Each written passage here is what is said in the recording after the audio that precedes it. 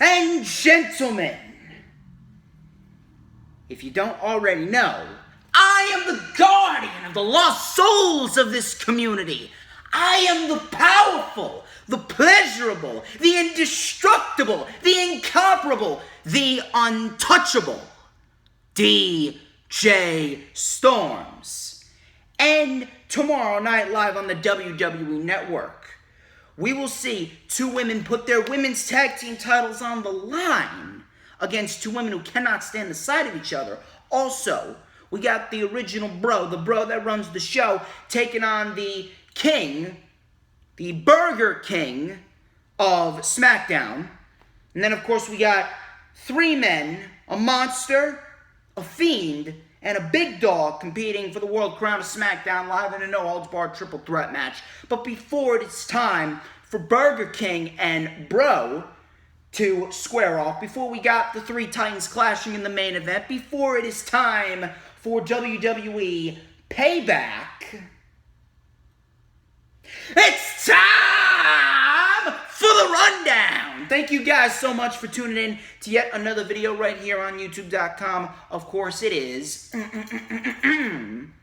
Saturday, August 29th, 2020. And as you can see, I am not alone here for this rundown. Ladies and gentlemen, joining me is one of the newer content creators over here. He is a lifelong wrestling fan, a rising star in the YouTube wrestling community. Please help me welcome the role model of the IWC, Gamers Goon. How are you, my friend? I'm good. Thank you for having me today. How are you? I'm doing fantastic, minus the shitty week of WWE television we got, outside of NXT, of course. But regardless, we are here. We're getting set for the second pay-per-view within a week. I'm not sure why WWE's even having this, but I can see, for those of you who since, and no one can see, he did come in full gear here. He's wearing his MJF scarf, so I gotta give him props for that. I gotta give him props. You gotta stay in character at all times. Oh yeah, absolutely. I mean, just look at me. That's what I've been doing for the last 3+ years. But we do have some news and rumors to go over before we get into the specific rundown for Payback. Since there's no Lightning Flush update this week, I was going to talk about some news and rumors with Gamers Goon here on the rundown for Payback before we actually get into the match card that is scheduled to take place tomorrow night, streaming live on the WWE Network at 7 p.m. Eastern Time. Main show, of course. But before we get into the news, rumors, and reports, a few announcements. Please follow me on Twitter. Please follow me on Twitter at HistoryMakerDJS. You'll see why I am the operator of the best damn Twitter ever known to mankind. Please follow me on Instagram and Periscope. Add me on Facebook for collaborations and business inquiries. Please send me an email. My email is StormsTakeOver@gmail.com. Like the official DJ Storms business page, and I may just send you an invite to join the official DJ Storms posse group on Facebook. That is. All links are in the description. Please hit that thumbs up if you haven't already done so. I got goals to reach here. We're going to try and get this video to 25, 30 thumbs up. Hopefully 200 views. That's the goal that I have set.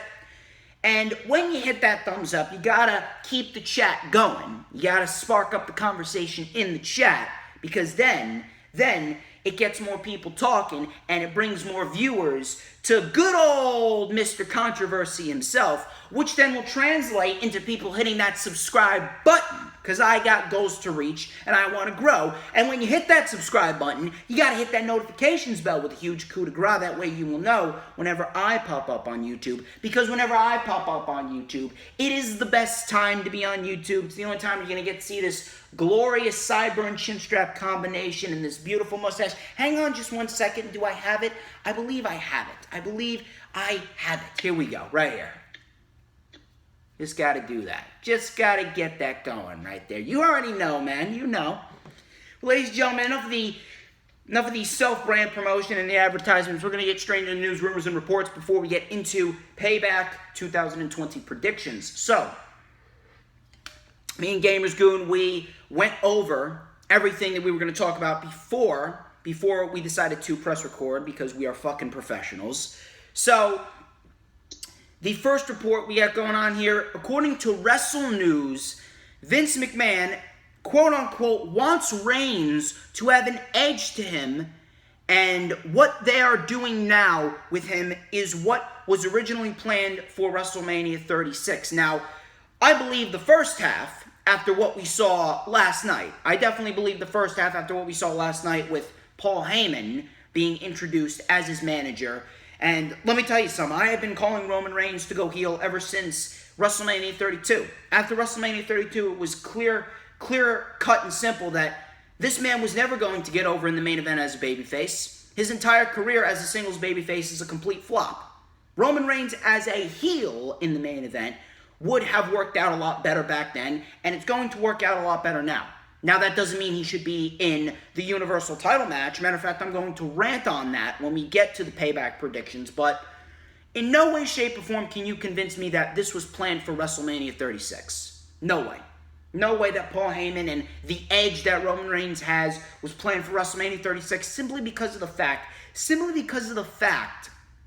that they specifically took the Universal title off of Goldberg, off the Fiend, and they put it on Goldberg specifically to make everyone in the community hate Goldberg so much that they would cheer for Roman to get it off of Goldberg. And during the build towards WrestleMania 36, you heard Roman say specifically, oh, he's a part-timer, we don't need part-timers. Essentially, it was the same exact build that they had with Roman Reigns and Brock Lesnar going into WrestleMania 34 for the Universal Championship back in 2018. So, in no way, shape, or form was this the plan for WrestleMania 36. This plan needed to be done because I'm not even sure how, but apparently Vince McMahon finally realized, and I'm going out on a limb and saying that he realized that Roman Reigns is never going to get over as a babyface. Roman Reigns is never going to get over as a babyface, not until he has a strong heel run. So now with Paul Heyman as his manager, and now that Roman Reigns is a full-blown heel, with Paul Heyman as his manager, now things are rather interesting. Now it means bad news for Bray Wyatt, but I can get behind Roman Reigns as a heel. That's for sure. And people were certainly talking about it. So I'm going to hand it over to Gamers Goon. What's your thoughts on this? What's your concerns? What's your analysis on this report of Roman Reigns having an edge, especially after last night? I really do like the pairing of Roman and Paul Heyman. The one problem I do have, though, is with the whole, this was the plan going into Mania. They canceled the Mania match at the last second. There was no edge to him going into the Mania match. That was never the plan. They threw it at the wall at the last second and it ended up working out for him with Heyman. I think it's a good pairing, but that was not ever going to be their plan. Yeah, it's clear as day that it was never going to be the plan, and neither was the Sami Zayn return and having Sami Zayn and Jeff Hardy feud over the Intercontinental Championship. That was never the plan either.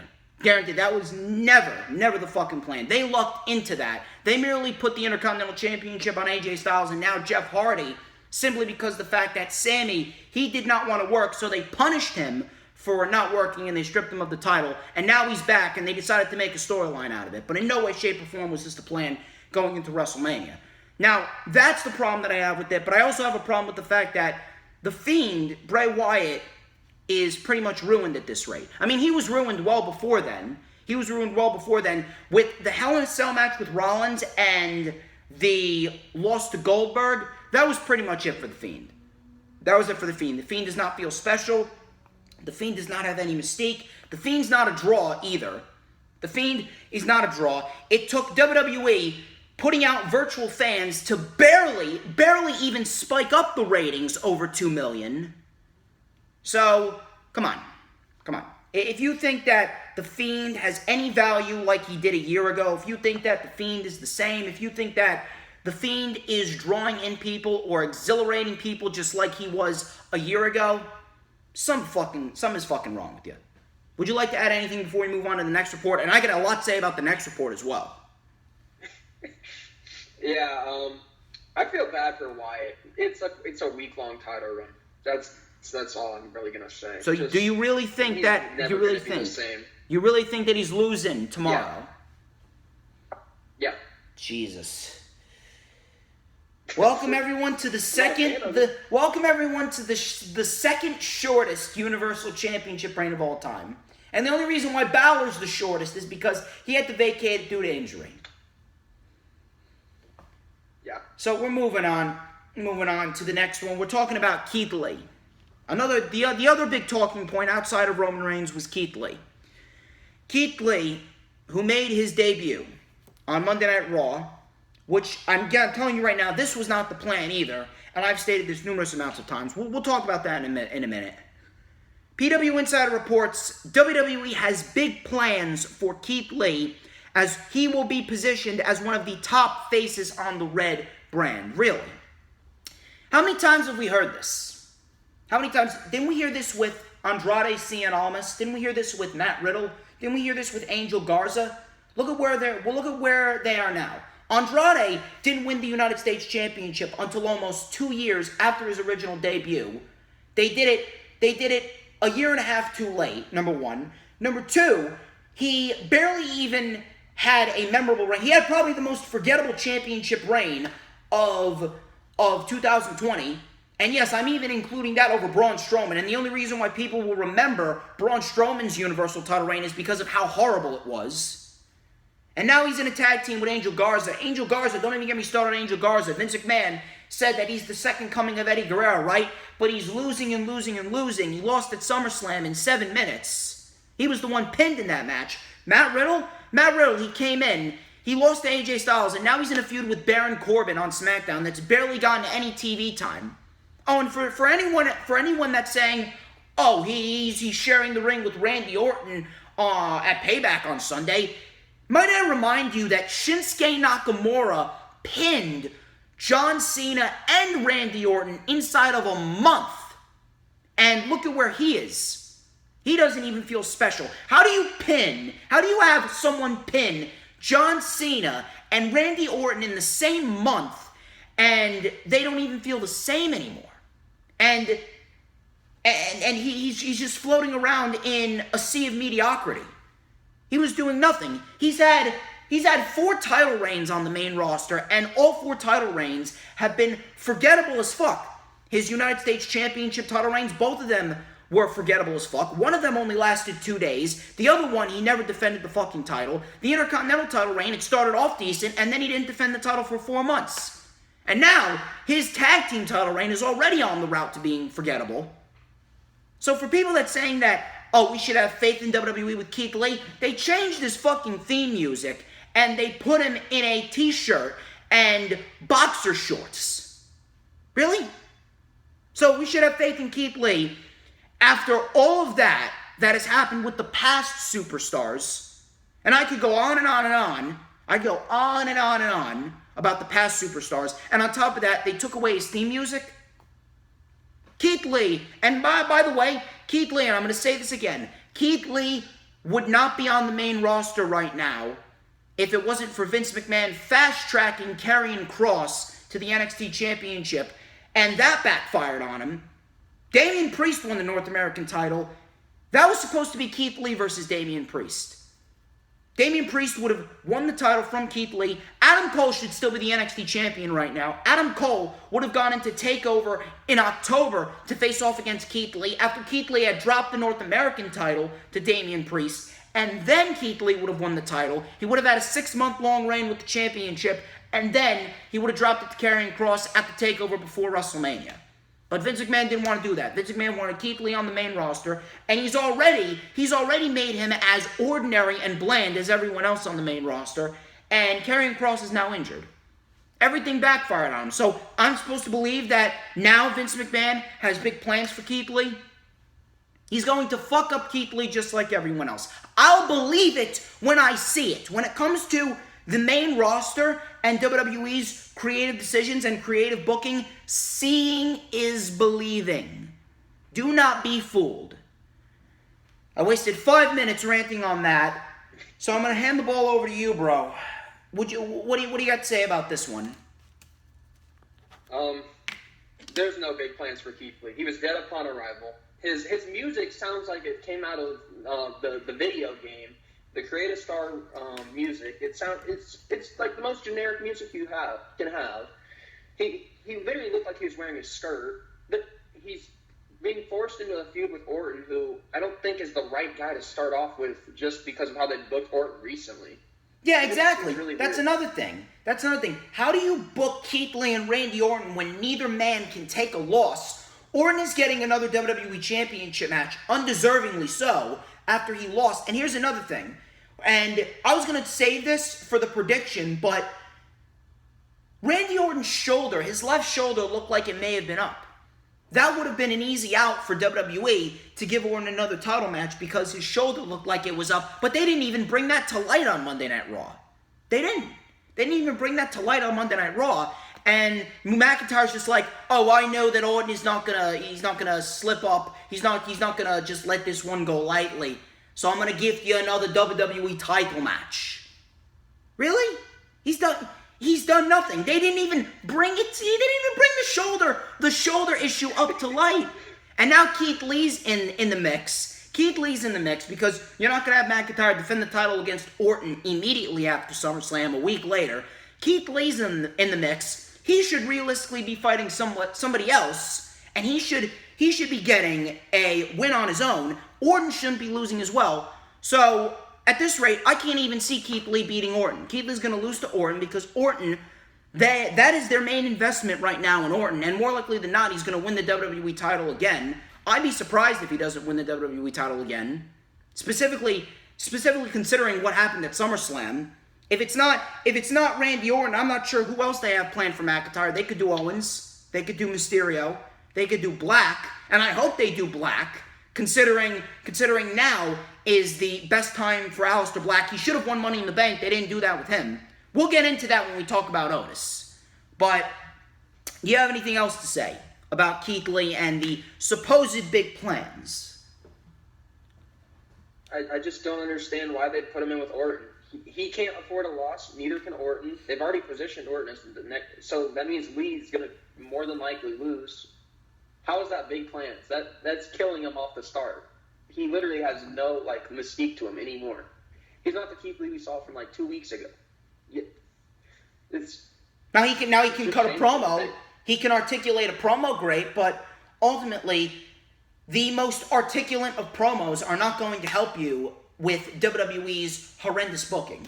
They're not. Yeah. They're not. Moving on to a report from WrestleNews.co. Current plan is for Roman Reigns to take the Universal title off of Bray Wyatt, and I do, quite frankly, believe that is going to happen sooner rather than later. Now, I don't think it's going to happen at Payback. I'm going to tell you why. But Wrestle News is actually reporting that it could very well happen at Payback. And this report actually came out, I believe, 24 hours after SummerSlam. So they were already on top of this like a motherfucker. They were on top of it. They were on top of it immediately, were the dirt sheets. And to be quite honest, I really wouldn't be surprised. And it sucks for Bray Wyatt too, because Bray Wyatt went almost an entire year, at least 8 or 9 months, without even surfacing himself. And he comes back under this new gimmick. He wins the Universal title, loses it to Goldberg, wins it back, and now more than likely than not, he's going to lose it in a week. If not, he could possibly lose it before fall even begins. Guarantee it. He's going to lose it. He's going to lose it before the cold weather hits. The cold weather ain't hitting until October. He's not going to make it till October with that championship. And it sucks for him.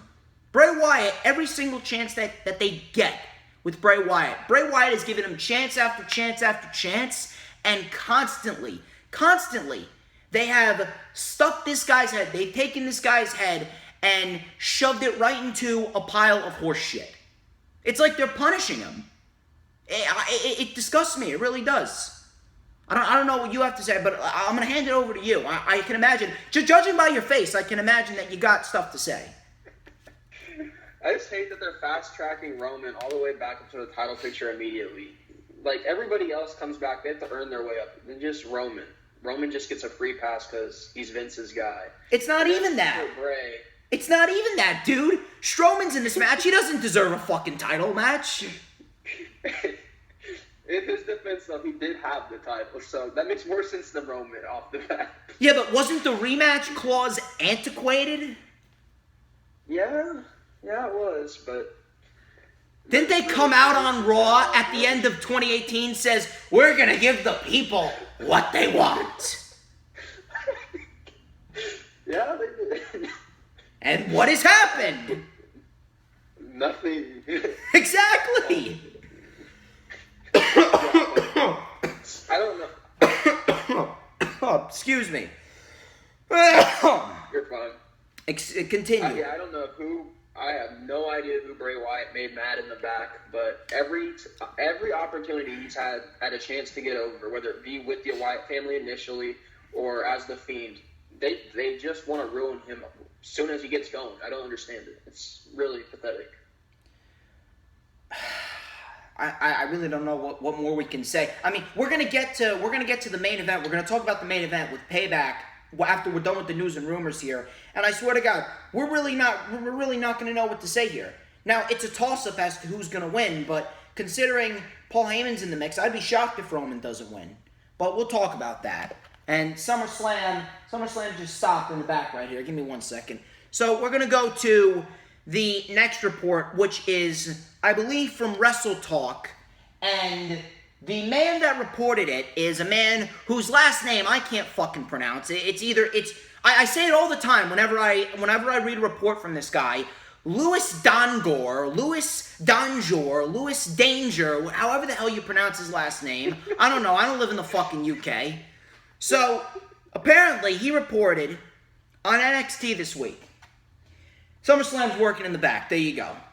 SummerSlam 2020 is working in the back. So, on NXT this week, Roderick Strong and Bobby Fish, they attacked Drake Maverick. Now, this is the only NXT piece of news we're going to talk about, although there was a lot of news coming out of NXT.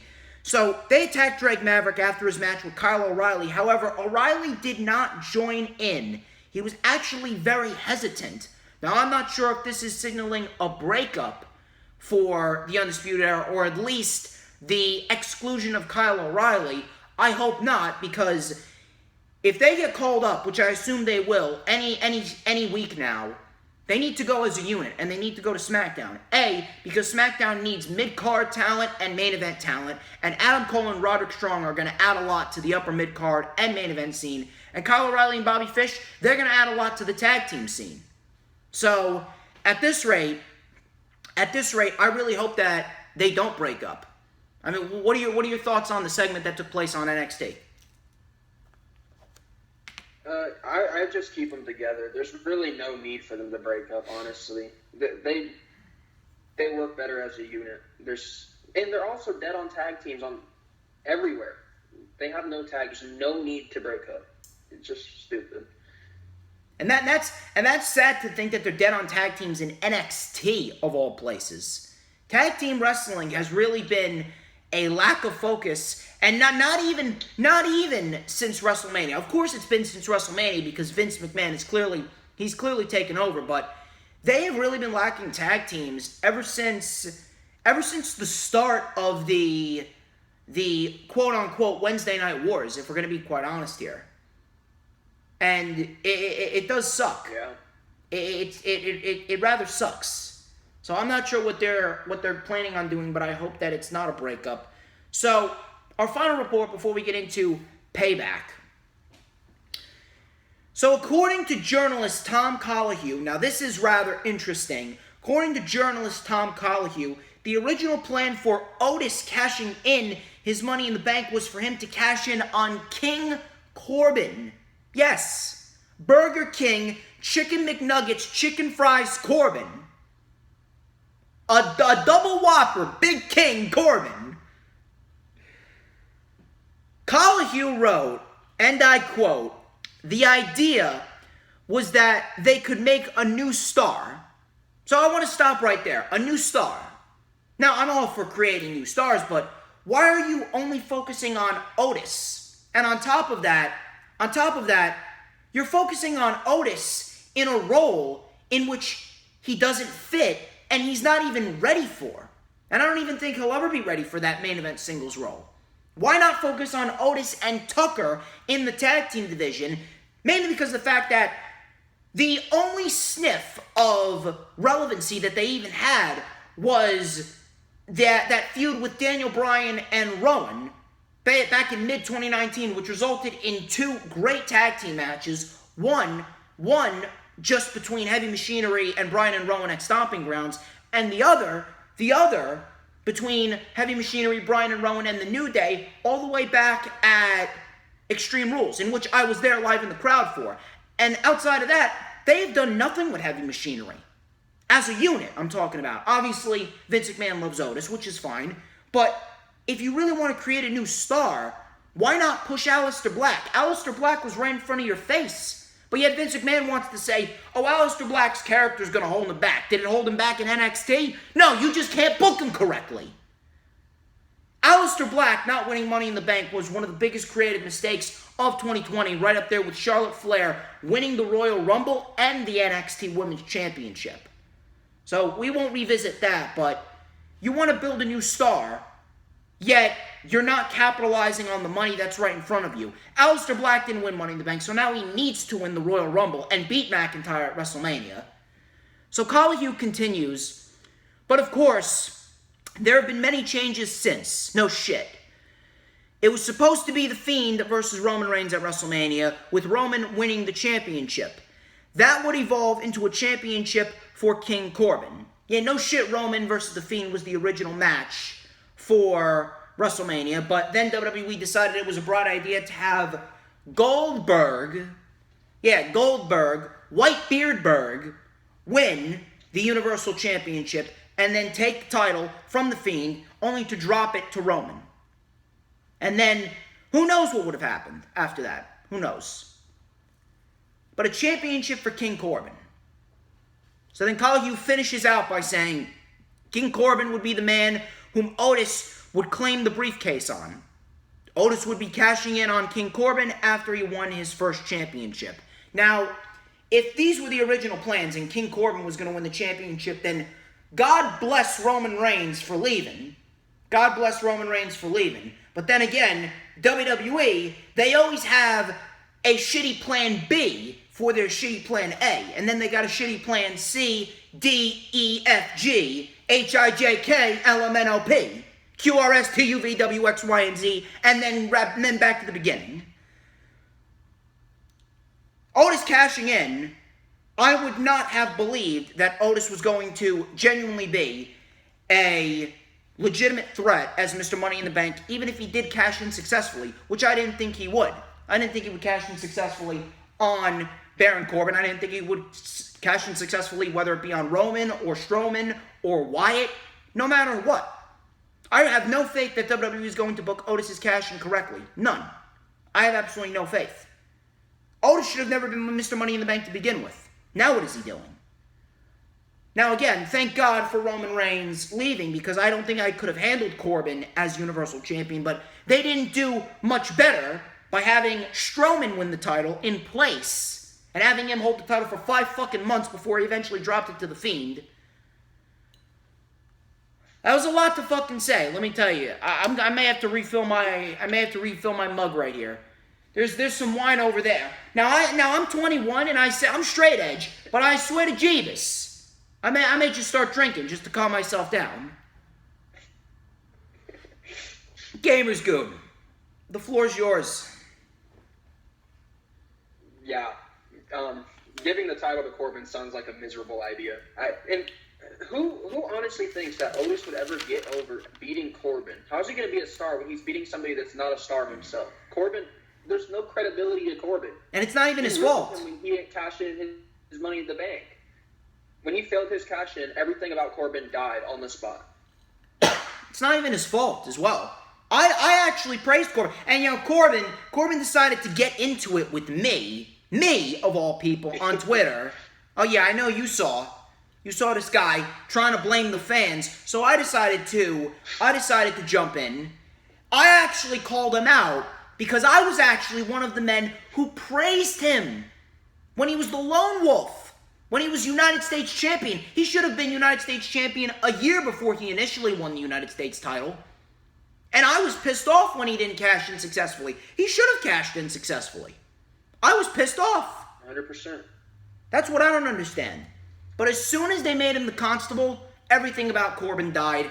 Everything about Corbin was just diminished, vaporized, vanished into thin air. Everything about Baron Corbin from that moment forward, from mid-2018 when he became the constable, a complete flop. A complete flop. No one cared. No one should care. King Corbin was going to win the Universal title. Thank God that he didn't, but Strowman ain't much better. Strowman ain't much better.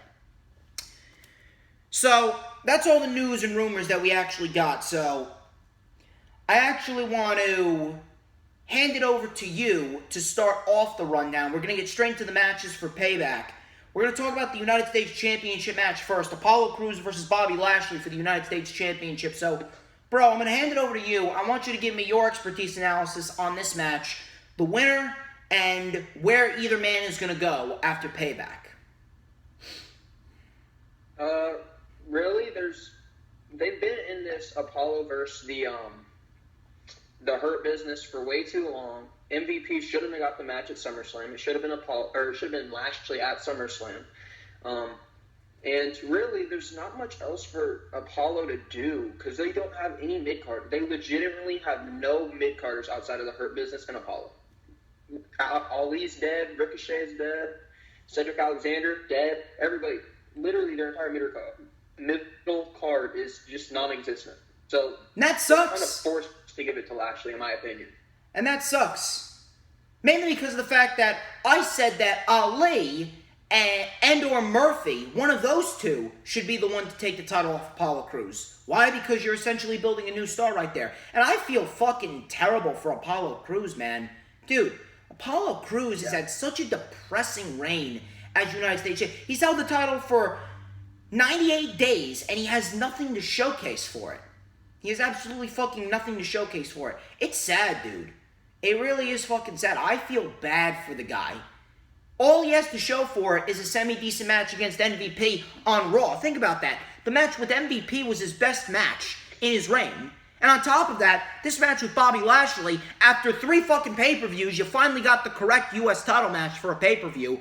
But now, this could possibly be Apollo Crews' best match as U.S. champion, and he's going to lose it. You have to mention they also hyped up the match by having an arm wrestling match. An arm wrestling match. And then you got people justifying it. Strowman and Lashley's arm wrestling contest has like 9 million views on YouTube. Who the fuck cares? That don't translate to ratings. Fucking dumb these people are. They're dumb. Dude, I'm sweating my balls off just talking about this shit. This shit. Dude. And Bobby Lashley should be nowhere near a championship as it is. Now, don't get me wrong, Bobby Lashley's been booked great, but Bobby Lashley, after everything that they've done, especially after that wedding, should not be anywhere near a championship. Matter of fact, they should utilize Lashley and Benjamin in the tag team division with MVP as their manager. That would be a much better decision, especially since they need tag teams. Apollo Crews should drop the title to either Murphy or Ali. But just like my prediction, I predicted that Apollo Crews wasn't going to make it out of the summer with the United States Championship. I'd be shocked if Bobby Lashley does not win this. I'm going with Lashley. Yeah. They booked themselves into a corner here with Apollo. I hope not. I hope Apollo retains, but I can't see him retaining. There's nobody else for him to face. Murphy, but I don't think they're going to do that. Yeah, but I doubt they will. I definitely see him putting it on Lashley. And it sucks because Murphy's great. Murphy's such an underrated talent. He could put on a great match with Apollo. Yeah.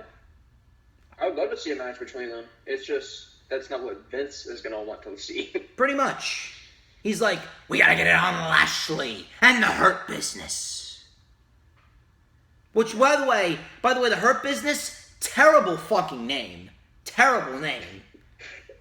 Dude, I said it before. It literally sounds like the posse of a 4th grade bullying group. Like, oh yeah, kid, give me your lunch, or I'm gonna have to introduce you to the Hurt Business. Really? You can't come up with a better name than the Hurt Business? 2020. These guys are 40 years old. Like, literally, all of them are at least 40 or older, and they're being called the Hurt Business. Dude. Yeah, that's kind of sad. Fucking Hurt Business.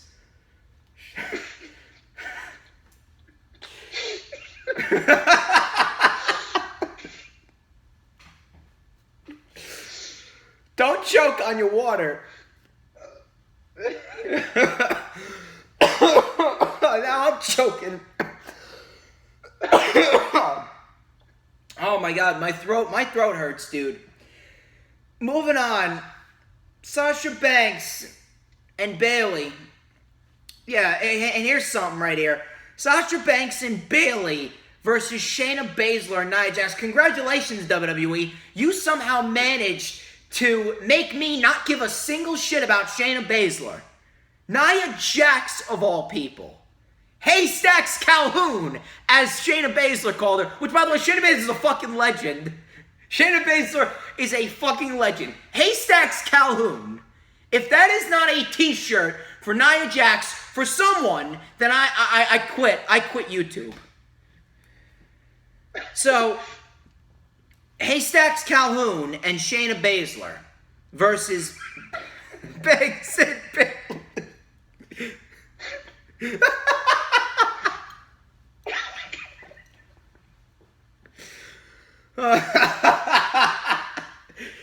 Oh my god. Oh man. Oh man. This is great. This is fucking great. Shayna Baszler and Nia Jax. You know, I actually predicted.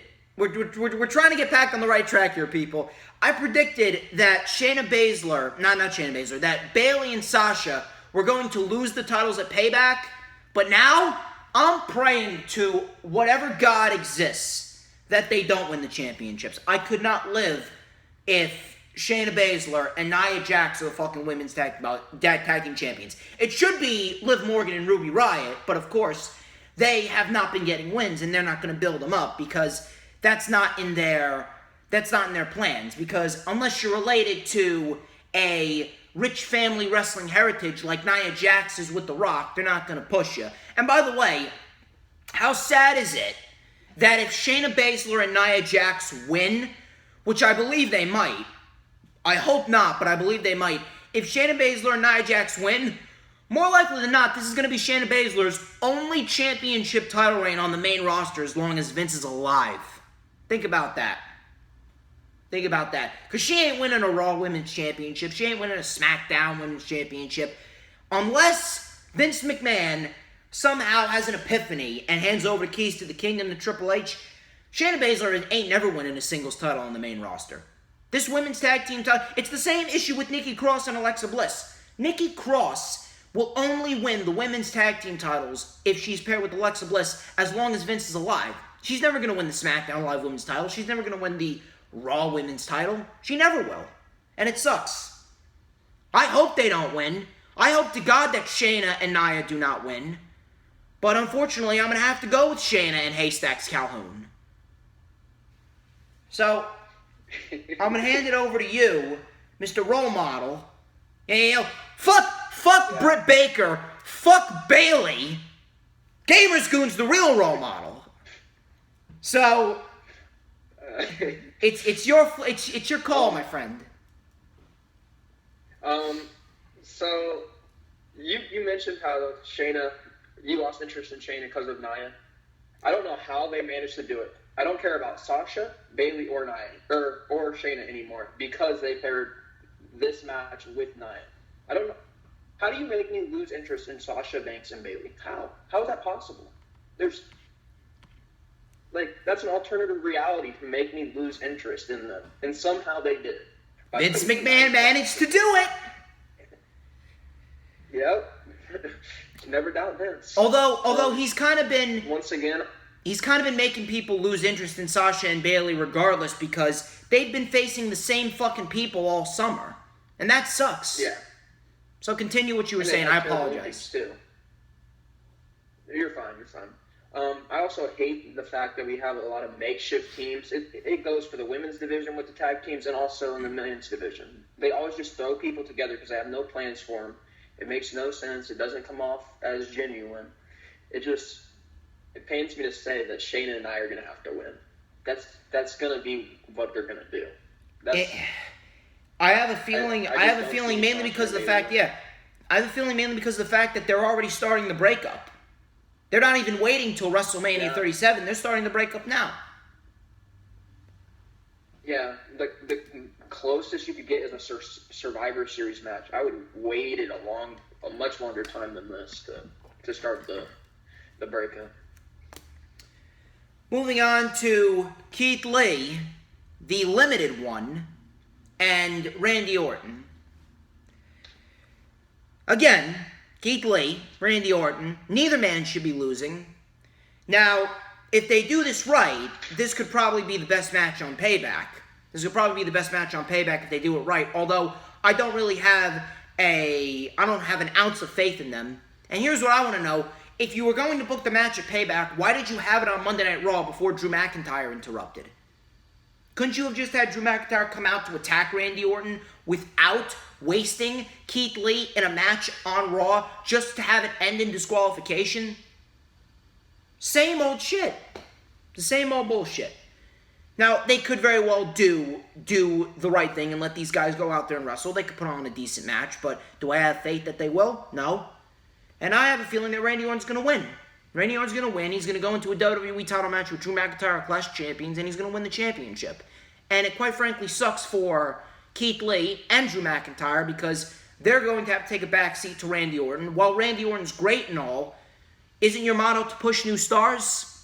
Yet Randy Orton, a 40-year-old, he's getting a WWE Championship match no matter how good he's been. And he's been great, don't get me wrong. I don't know. I'd much rather watch the replay of SummerSlam than talk about Payback. But regardless, I'm going to hand this over to you, Mr. Goon. Or would you like to be called just Gamers? No, I'm just kidding. So, I'll hand it over to you. Both men could have a good match here, but I hate the fact that they put them up against each other so early because neither man can afford a loss. Randy is in the position to get the rematch, even though he shouldn't be. He is. And Lee just made his debut, so he can't afford a loss. So why would they put them against each other? Neither man should lose this match. And I'm hoping for Keith Lee's sake that he somehow wins, and I don't know what that means for Orton and Drew, or if that means Lee's going to go on to face Drew instead, because that'd be way too soon for Keith. But Keith Lee can't lose. I'm hoping they do the right thing. I'm hoping they go with Keith Lee. I'm going to take Keith Lee here. Realistically speaking, we should have Keith Lee versus Aleister Black at the SummerSlam 2021 event. Aleister Black should win the title from Drew at WrestleMania, and then Black should go on to face Keith Lee for the WWE title, and Keith Lee should win the WWE title then. But will they do that? Probably not. Why? Because they have no creativity, they have no sense of urgency, they have no desire to build new stars, and they're writing for an audience of one, which is Vince McMahon. Here's another one that took place on Monday, and they didn't save it for Payback. Rey and Dominik Mysterio versus Murphy and Seth Rollins. Now, I would have cared about this match if they didn't already waste it at the Monday Night Raw after SummerSlam in the Thunderdome. I mean, I swear to God, how many times have we heard Thunderdome in the last week? If I took a shot of wine over here, there's a wine rack to my left. If I took a shot of wine every single time they said Thunderdome, I would be in the hospital with alcohol poisoning at a greater risk of getting COVID-19.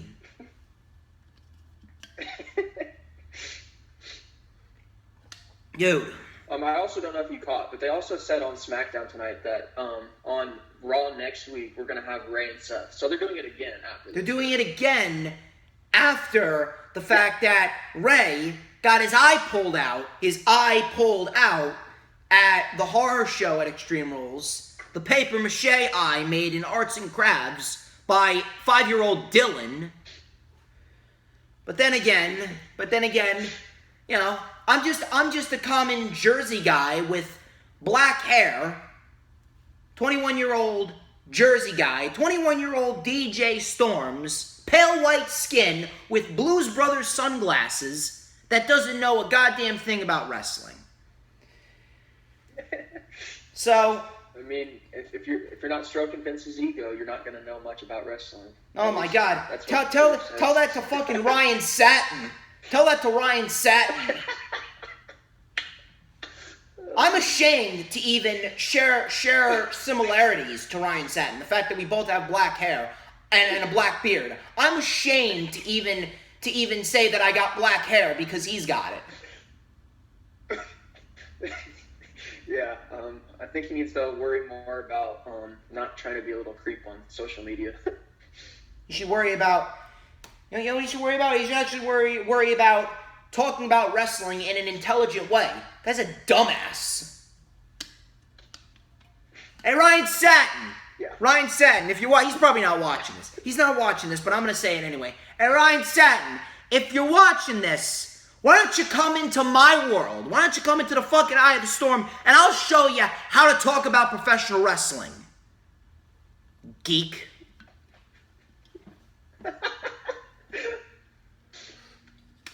Absolute turd stain. He probably shit the bed when he was 7 years old.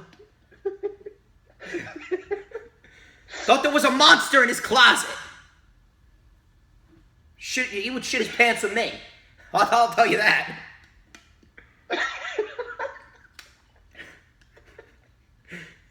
Anywho,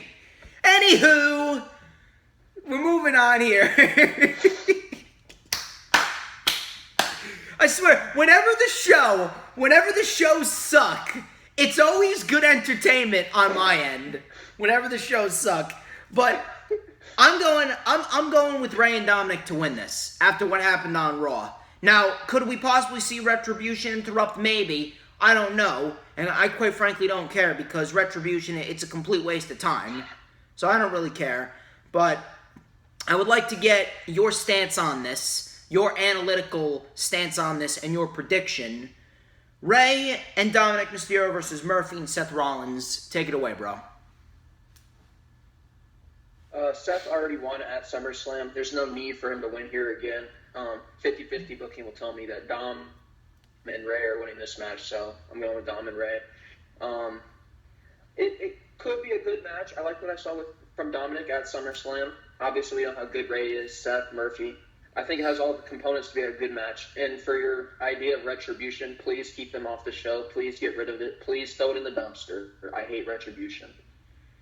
Retribution. Apparently it started off with two women, Leon Ruff and a couple more people from 205 Live, and then it ascended into what apparently is going to be Shane Thorne, Dominik Dijakovic, Dio Madden, Caden Carter, Mia Yim, Chelsea Green. I don't know how many fucking people are a part of Retribution at this rate. But too many, yeah, that's right, too many. Can't fucking keep track of them. But here's what I want to know. Do you see the feud ending after Rey Mysterio versus Rollins on Monday? Do you see that as the end of the feud?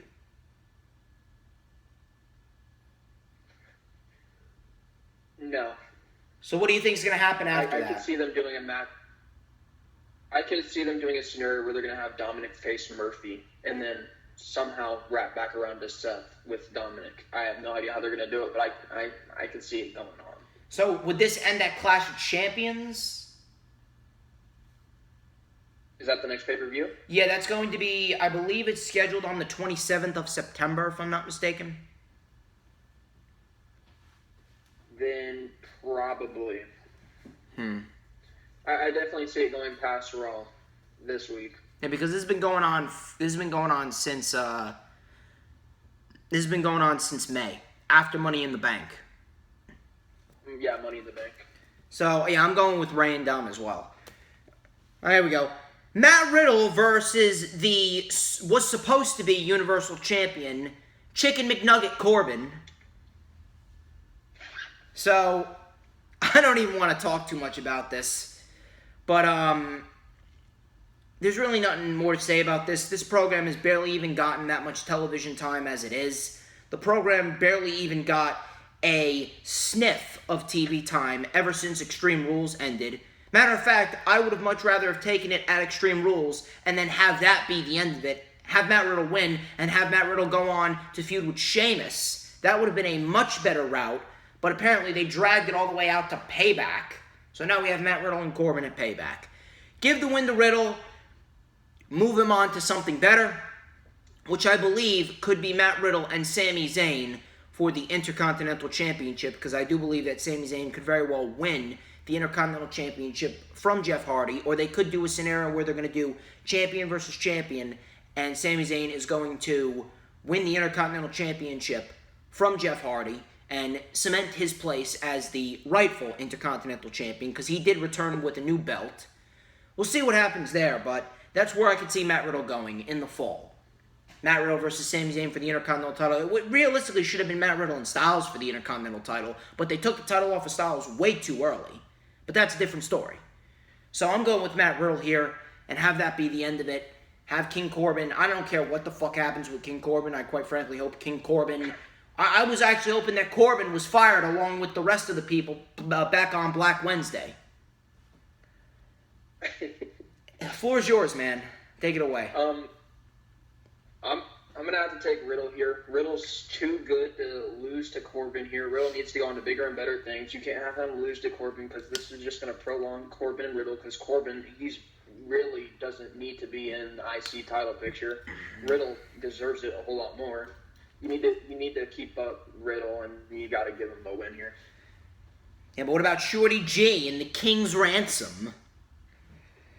Oh my. Fuck Shorty G. I'm sorry, I mean Chad Gable. Sorry, I'm ashamed. Shorty G is a loser. Yeah. It's terrible. Imagine being called Shorty G and being okay. Shorty G. Shorty Gable. He started off as Shorty Gable, then he got to Shorty G. Next week is just going to be Shorty. Now, I'll give you that one. It'll just... No. It's just going to be G. It's just going to be G. Oh my God! See it happen. Ladies, I can hear Greg Hamilton announcing him now. Ladies and gentlemen, from Dayton, Ohio, weighing in at 203 pounds, G. I can picture it now. All right. And then Vince will be sitting back there saying, "This is good shit. This is such good shit, man. This is just because He'd be back there with his microphone. He'd come out for the Thunderdome with his microphone saying, "It's such good shit, people. You gotta cheer." Oh, by the way, did you know that Kenny Omega was on the Thunderdome last night for SmackDown? I did. I actually tweeted about it. That was fantastic, dude. SmackDown. I don't know why they always hate on AEW. They're so supportive of WWE. Yeah, I know. Kenny Omega, one of their champions, is going out of their way to watch SmackDown. Yet they're trying to counter-program AEW with NXT. Come on. You have your competition, quote unquote, even though they're not really competition because they're not going on Mondays or Fridays. But you have your quote unquote competition watching your show. Show a little support to them, man. So we're gonna move on to the main event, which is Bray Wyatt versus Roman Reigns versus Braun Strowman, Bald Strowman, in a no-holds-barred match. No-holds-barred triple threat match for the Universal Championship. Now, I could see this working out one way or another. I can definitely see them giving the title to Roman, but knowing WWE, I feel as though they're going to have Bray Wyatt pin Braun Strowman, and they're going to have Bray Wyatt retain, and Paul Heyman's going to come out the following week and say, he's going to say, my client Roman Reigns was not pinned in that triple threat match, so we're going to get a rematch between Wyatt and Reigns at Clash of Champions, and that's when Roman's going to do it. That's what I see playing out. So, now... Me, I'm sorry, continue. I just can't see Vince being that patient. I think Roman's going to win here. I actually don't think The Fiend will show up. I think it's going to be Mr. Rogers. Bray Wyatt, no, they're advertising The Fiend. They're advertising The Fiend. They did that before, too, though. No, they didn't. Where they didn't actually bring The Fiend in. No, they didn't. They did. I swear they did. No, they didn't. When Bray Wyatt was in a match, it's either The Fiend or Mr. Rogers. They advertised one guy. They advertised Bray Wyatt as Mr. Rogers Bray Wyatt competing twice on a pay-per-view, and he did show up. The Fiend has always shown up when he's advertised. I guess I'm wrong then. But I just don't see them waiting with Roman. It's, Vince. Yeah, I realize that, but I don't know.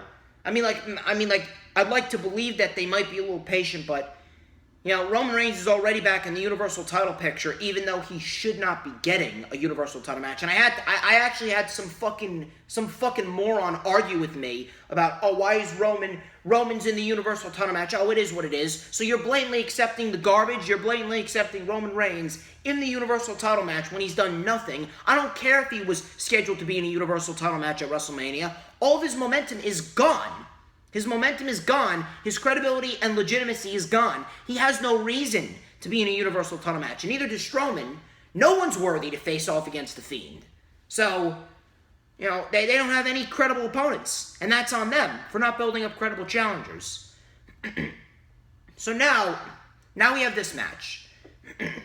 I'd like to believe that they're going to be a little bit more patient, and we could see Bray Wyatt coming out victorious. So I'm actually going to go with a bold prediction here. I'm going with Bray Wyatt. He's going to pin Braun Strowman, and we are going to have Roman Reigns and Bray Wyatt at the next pay-per-view, which is Clash of Champions. What about you? I don't see Vince being patient. I have to go with Roman. It's just the safest bet. That's the WWE route for you. If came into it, I wouldn't be surprised. Yeah. I just don't have any faith in Bray winning. I mean, it's great, though. I love Heyman. So. I love this pairing of Roman and Heyman. Yeah, He's fully heel, as he should be. He's fully heel, but bad news for Bray Wyatt. Bad news for Bray Wyatt. But, ladies and gentlemen, that wraps up this edition of The Rundown. I'd like to thank each and every single one of you who tuned into this video. Check out all the links in the description. Like, comment, and subscribe. Bro, where can we find you on social media? At Twitter, at GamersGoonYT, and on Instagram at TheGoonGamerYT. How about on YouTube? On YouTube, it's just GamersGoon. Please go subscribe to his channel. Try and get his channel to 200 subscribers. I will put all the links in the description. Please go check him out. Dude, thank you for coming on. I greatly appreciate it. It's been a blast. I've had a great time. Hope to have you on again soon.